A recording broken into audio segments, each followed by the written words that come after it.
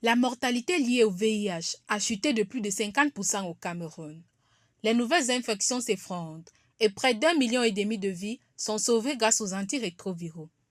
Mais ce succès cache un défi. Les patients vieillissent et le virus fait désormais le lit d'autres tueurs.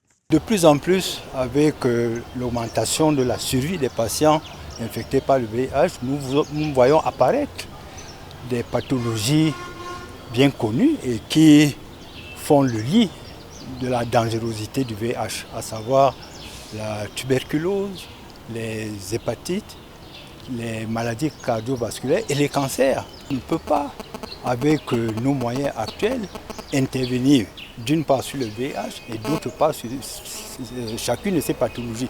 Il s'agit de voir comment faire en sorte que nos interventions soient combinées.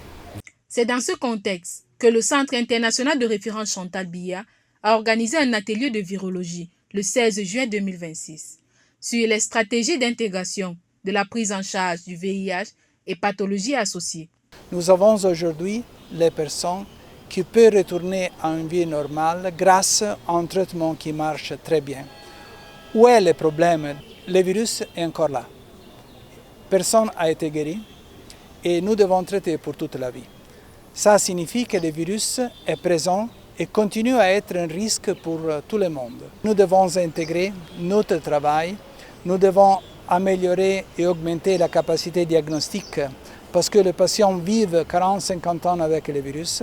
Nous devons anticiper les maladies qui arrivent grâce au traitement propre. Il est clair que ce passe seulement à travers une intégration du travail des virologues, des infectivologues, des gynécologues, de la santé publique pour aider au mieux notre patient.